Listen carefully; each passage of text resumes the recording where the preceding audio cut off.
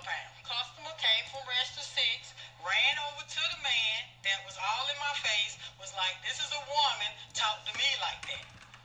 Next thing you know, they right there, confrontation go on, they fighting. The man was steady tussling, trying to get his gun out his pouch to shoot the other man. He couldn't get it, so when he did finally get the gun out his thing, he pointed at the man's face. And the man was like, oh, you want to pull out a gun? He come out this door, the other one come out that door. They met right there where them officers at and started shooting. 29-cent pound turkey. 29-cent pound turkey. You're supposed to spend $35 to get the turkey for 29 cents a pound. Well, tonight, here we are, 2 weeks from Thanksgiving Day, and an argument over, of all things, a turkey ended in gunfire. The person you just heard from works at the Food Lion off North Main Street in High Point, and she says she was caught in the crossfire. Good evening. This is the Fox 8 10 o'clock news. I'm Neil McNeil. I'm Katie Nordine. High Point police say the shooting happened just after 6 this evening and left one person with non-life-threatening injuries. Let's get straight out to Fox 8's Justin Lundy, who joins us live outside the Food Lion. So, Justin, what else have you heard?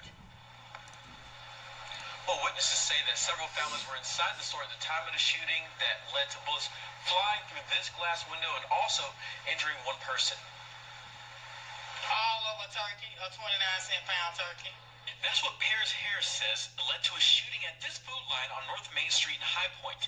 Harris says she was working inside the store Thursday night when she was approached by a disgruntled customer. Trying to explain to him that the turkey, you got to spend $35 to get the turkey for $4.44.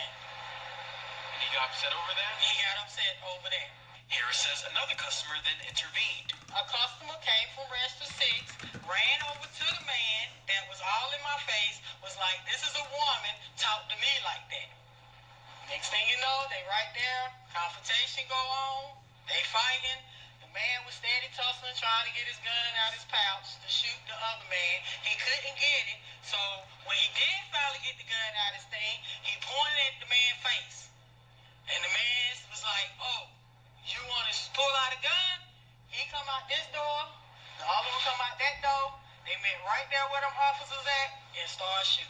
High Point police say officers responded to the shooting around 6 o'clock that night, and one person was left with non-life-threatening injuries. Harris says the store was full of families and children. When they first started shooting, our manager directed everybody to hit the back door because that's the procedure of what we're supposed to do when an incident like this happens. With bullet holes in the store windows and the parking lot riddled with evidence markers, Harris is having a hard time processing why such a big deal was made over what many see as a deal. Mentally, I'm not here. Physically, I am, but mentally, this has really messed me up. I've never been in a situation like this before. I've been with Food Lion 3.5 years. I've never experienced this. High Point police say that this shooting investigation is still currently being investigated, and also the person who was injured in this shooting is currently recovering in the hospital. Right, so, hey, first and foremost, I want to give all praise, honor, and glory to Yahweh, Ba'ashem Yahushua, Ba'ashem Rokakodash, and double honors to the elder bishops and apostles of Great Millstone that taught me this truth. Yahweh is to this world ignorantly calls God. Yahushua is to this world ignorantly calls Jesus. Bahashim means in the name, Rakah means spirit, and Kodash means holy, and that's all in the Paleo Hebrew. I also want to give double honors to the elder bishops and apostles of Great Millstone that taught me this truth. And as you saw in that video, these people are bugging out more and more. And give me a second while I pull up the scripture. There you go. So as I was saying, these people are bugging out more and more. And ultimately, it goes back to these are the signs that this place is coming to an end. Okay, that America, Babylon the Great, is falling. Because first it starts with the people. You know, the people are going to be at each other's necks. The people are going to start revolting because the living situation is unbearable. Right? That's where you get sedition. Okay, you get civil war.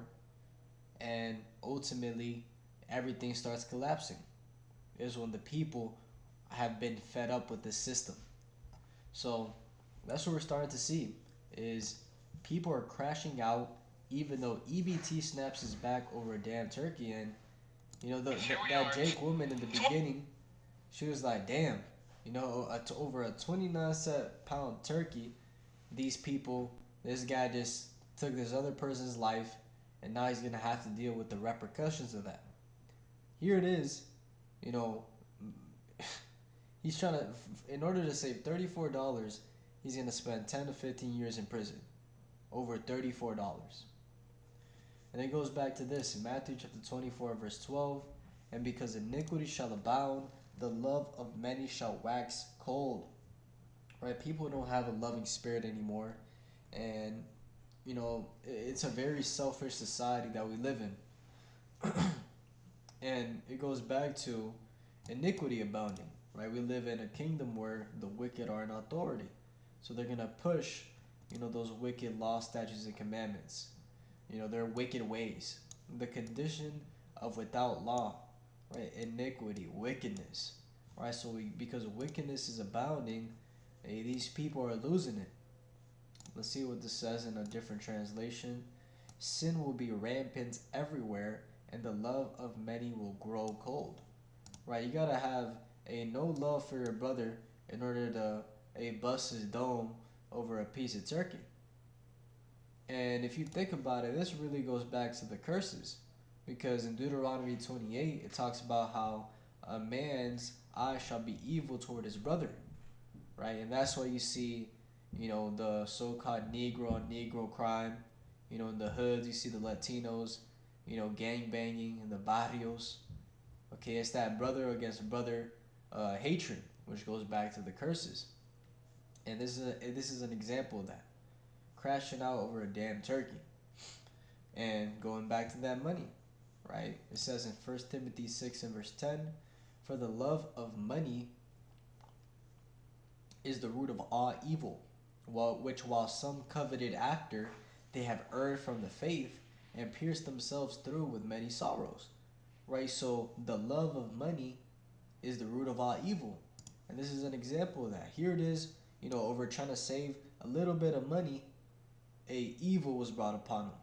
You know, evil was played out. You know, as it says, you know, this guy just pierced himself with many sorrows because, you know, over that love of money, now he got to go to prison. And now he got to go through some type of rehabilitation program.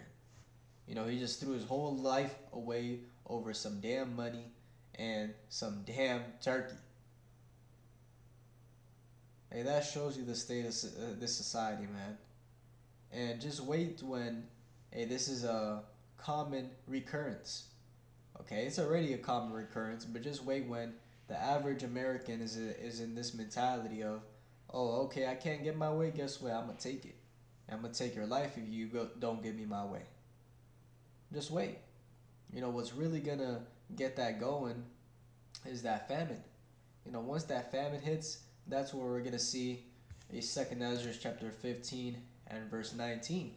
It says, a man shall have no pity upon his neighbor, but shall destroy their houses with the sword and spoil their goods because of the lack of bread and for great tribulation. Right? So people are not going to have pity upon each other, which goes into remorse, right? Goes into feeling bad. You know, here it is. You know, this person will look at your situation. You ain't got no food, but a piece of bread. You know, you got children that are hungry too.